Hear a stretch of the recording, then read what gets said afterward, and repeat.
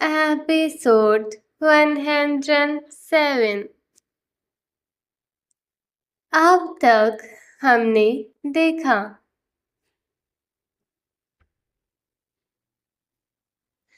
पिछली रात जो भी हुआ, अदिति उस बारे में किसी से कोई बात नहीं करती और खुद को नॉर्मल दिखाने की पूरी कोशिश करती है। लेकिन सब समझ रहे थे कि वह क्या फील कर रही है। वही प्रेम जब यह देखता है कि अदिति तकलीफ में है, वह डिसाइड करता है कि वह अदिति को सब कुछ सच सच बता देगा। अब आगे प्रेम ये ठान लेता है कि वह अदिति को अब भी सब सच बताकर रहेगा, चाहे फिर इसके बाद अदिति का जो चाहे रिएक्शन हो।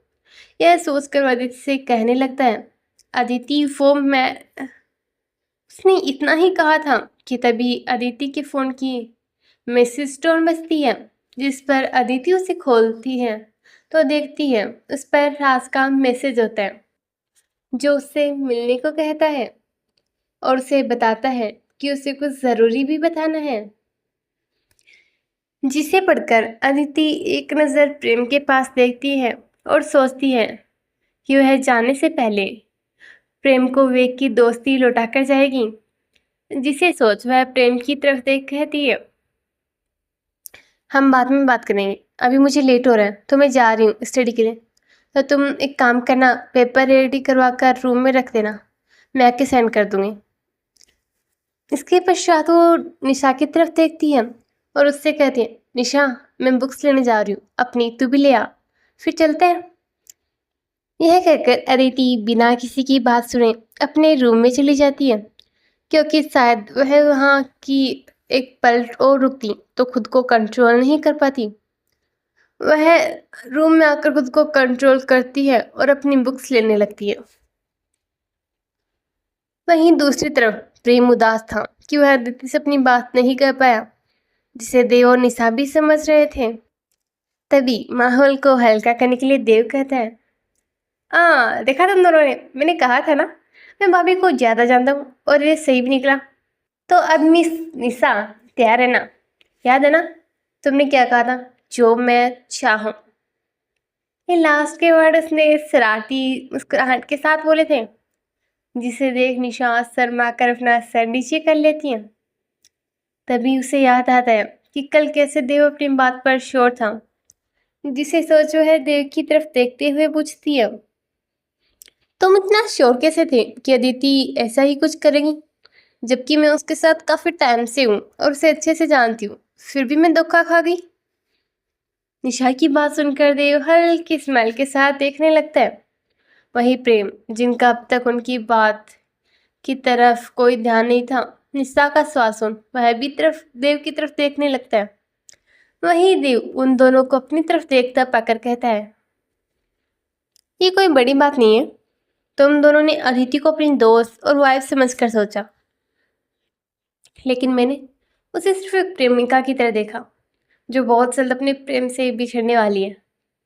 देव देखता है कि बिछड़ने की बात पर सुन प्रेम उसे गुस्से में घूर रहा है, जिस पर वह अपनी बात को संभालते हुए कहता है, मेरा मतलब है कि उनके दिल में तो यही डर है ना कि वह बहुत जल्द आपसे दूर हो जाएंगी, और इसलिए वह आपके साथ जितने भी टाइम है उसे अच्छे से बिताना चाहती है, ताकि वह आपसे दूर होने के बाद जो कि सिर्फ उनका डर है उन यादों के सहारे जी सके। और जब मैंने इस नज़र से उन्हें देखा तो मुझे समझ आ गया कि भाभी प्रेम को इग्नोर नहीं करेगी। हाँ, लेकिन इसका अर्थ ये भी नहीं है कि वह तुम्हारे साथ पहले की तरह पेश आएंगी, बिल्कुल नहीं, क्योंकि अब उनके दिल में एक डर बैठ गया, तुम्हें खोने का डर। इसलिए वो कोशिश करेंगे कि तुमसे और प्यार ना हो जाए। देव की बात सुनकर उन्हें अदिति का इस तरह बिहेव करने की वजह समझ आ गई थी। वहीं निशा देव को देखकर स्माइल करती है। उसे अच्छा लगता है कि वह जिससे प्यार करती है वह शख्स इतना समझदार है। इसके बाद वह देव की तरफ देखते हुए कहती है, वैसे तुम काफी समझदार हो गए हो। निशा की बात सुनकर देव स्माइल करते हुए कहता है, मैं तो पहले से ही काफी समझदार हूँ, बस तुमने ध्यान देना शुरू किया है। देव की बात सुनकर निशा मुस्कुराते हुए कहती है, अच्छा। जिस पर देव भी हामी भर देता है, जिसके बाद प्रेम उन दोनों को टोकते हुए कहता है, तुम दोनों अपनी प्रेम लीला बाद में रचा लेना, पहले मुझे कुछ सलाह दो कि मैं क्या करूं, कैसे समझाऊं दीदी को सब कुछ। प्रेम की बात सुनकर दोनों झेप जाते हैं, जिसके बाद देव कुछ सोचते हुए कहते हैं, इसका एक ही तरीका है। देव की बात सुनकर प्रेम और निशा उसकी तरफ देखते हैं और प्रेम उसकी तरफ उम्मीद से देखते हुए कहता है, और वो क्या है? प्रेम का सवाल सुनकर देव उसकी तरफ देखकर कहते हैं, यही कि तुम भाभी के साथ ज्यादा से ज्यादा वक्त बिताओ और धीरे धीरे उन्हें अपने प्यार का एहसास दिलाओ, जिसके बाद एक अच्छा सा टाइम देकर उन्हें सब बताओ ताकि सब ठीक हो जाए। देव की बात सुनकर प्रेम अपनी एक आईब्रो ऊपर करते हुए कहता है, और वो कैसे होगा? प्रेम की बात सुनकर देव एक गहरी सांस लेता है और उसे देखकर कहता है, वो तुम खुद सोचो, वैसे भी वो तुम्हारी वाइफ है तो तुम्हें उसे मनाने के 1000 तरीके आने चाहिए। प्रेम देव की बात पर उसे घूरता है लेकिन कुछ कहता नहीं। वही तब तक निशा अदिति भी अपना बैग लेकर नीचे आ जाती है। निशा ने अपना बैग किसी सर्वेंट से कहकर पहले ही मंगवा लिया था। अदिति नीचे आकर निशा की तरफ देखकर कहती है, चले? इससे पहले कि निशा कुछ कहती, देव बीच में ही कहता है, चलिए मैं आप दोनों को छोड़ देता हूँ, मुझे उधर कुछ काम भी है। देव की बात सुनकर दीदी समझ जाती है कि वह उसके साथ जाना चाहता है और जानना चाहता है कि वो लोग क्या बात कर रहे हैं और उन्हें क्या पता चला है।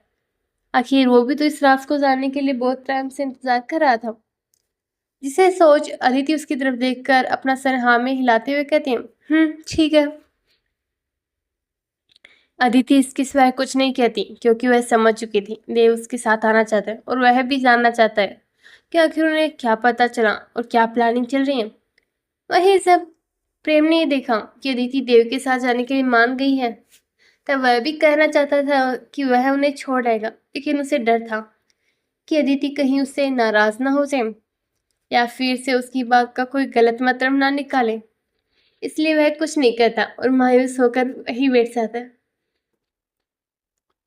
वहीं अदिति जब प्रेम का मायूस चेहरा देखती है तो उसे बिल्कुल भी अच्छा नहीं लगता, लेकिन अभी वह कुछ से कुछ नहीं कह सकती थी, इसलिए वह शांत रहती है और बिना उससे कुछ कहे उसे एक नजर भर देखकर थे वो निशा के साथ रात से मिलने जाने लगती है। पूरे रास्ते तीनों ने कुछ नहीं कहा, गाड़ी में बिल्कुल शांति थी। यह आज पहली बार था, लेकिन शायद आज हर किसी का मन उदास था, इसलिए सब लोग रात से मिलने के लिए चल पड़े। तीनों थोड़ी ही देर में राज की बताई गई जगह पर पहुंच गए, जो कि एक शांत गार्डन था। वो तीनों अंदर गए तो उन्होंने देखा कि राज उन्हीं का इंतजार कर रहा है और गार्डन में इधर उधर चक्कर काट रहा है, जिसे देख तीनों उसके पास जाने लगते हैं।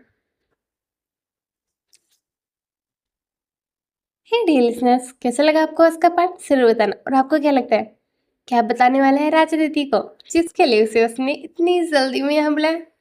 ये तो आगे ही पता चलेगा। तो चलिए बने रहे मेरे साथ इस कहानी में। तो चलिए फिर जल्द मिलते हैं अगले पार्ट में, तब तक के लिए बाय बाय।